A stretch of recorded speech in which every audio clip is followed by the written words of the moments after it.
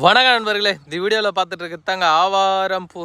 இந்த ஆவாரம் பூ வந்து சித்த மருத்துவத்தில் எதுக்கு பயன்படுத்தப்படுகிறது அப்படின்னு வந்து உங்களுக்கே நிறைய தெரியும். சுகருக்காக பயன்படுத்தப்படுகிறதுன்னு.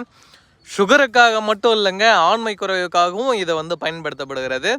இந்த பூவை வந்து நம்ம கஷாயம் வச்சு குடிக்கும் போதோ இல்லை இதை வந்து காய வச்சு சூரணமாக்கி உள்ளுக்கு தேன் பால் கலந்து சாப்பிடும்போது நம்மளுடைய டெஸ்டாஸ்டிரான் ஹார்மோன்ஸ் வந்து க்ரோத் ஆகும், நல்ல ஒரு இம்ப்ரூவ்மெண்ட்டு கிடைக்கும்.